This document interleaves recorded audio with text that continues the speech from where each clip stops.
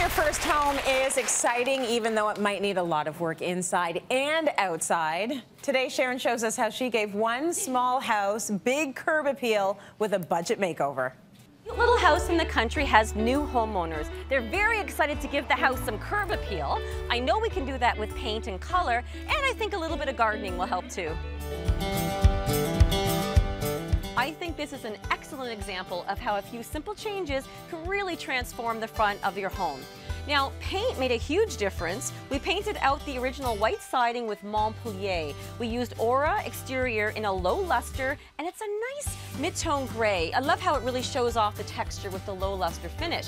Now, they wanted a dark color, but you have to keep in mind when you're painting siding, if you use a color with too much black, it actually attracts the sun and can cause the siding to warp. So I think this is the perfect solution, and the blue really gives the house a nice country character. Now, they did change out their windows, new windows, so I matched up the white to cloud white, which they used on all of the trim and the underside of the porch ceiling. For the deck, for the actual porch here, we wanted to give it some grounding effect, so I chose Chelsea Gray, and they used a solid stain.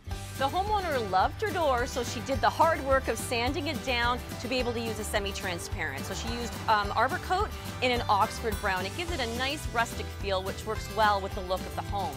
Now, over on the side, we wanted to give a continuous look and the look of a custom landscaping without the dollars. So I picked up some simple cedar planters, stained them the same Chelsea Gray as the deck. So I guess I like how it elongates the look. Now, planting is not my thing, but I think they did a wonderful job with a cute little garden bed here. As that starts to flourish and mature over the years, it's going to be even a more perfect place to sit and enjoy the country view. What a charming place. Now, Sharon, one of the points you made in the story was about painting the vinyl siding.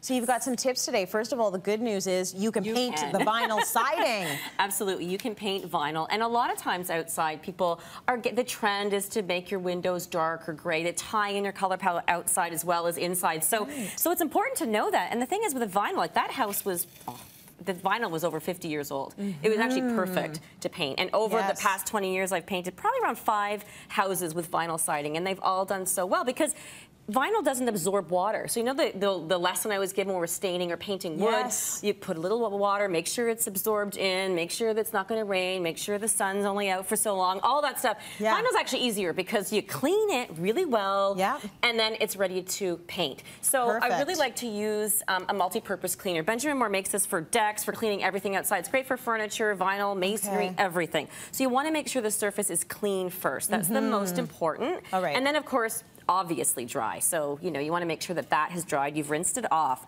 So we've got that.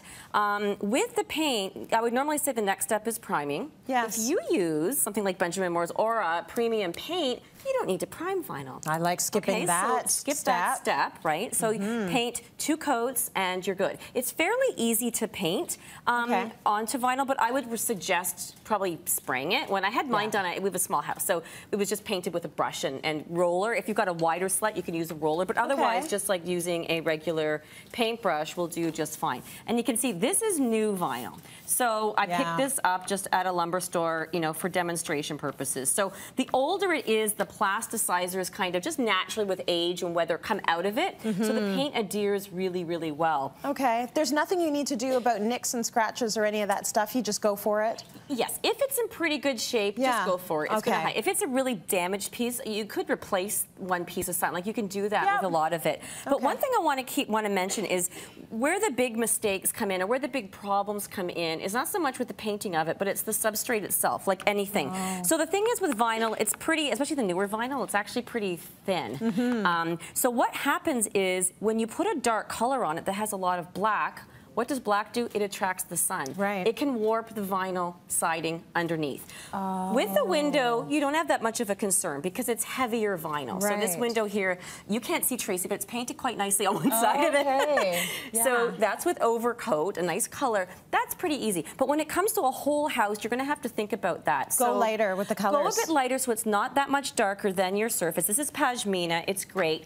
But you can go quite dark. What you want to do is talk to your Benjamin Moore retailer about the color choices, and they have vinyl select formulas specifically for certain colors when you're painting vinyl. So you want to have that conversation so they can make sure that they choose the right formula and guide you with the colors, and then you will have it last for a very long time. Most people do it temporarily and then it stays. It stays. See, there's a solution for everything. Thanks, Cher.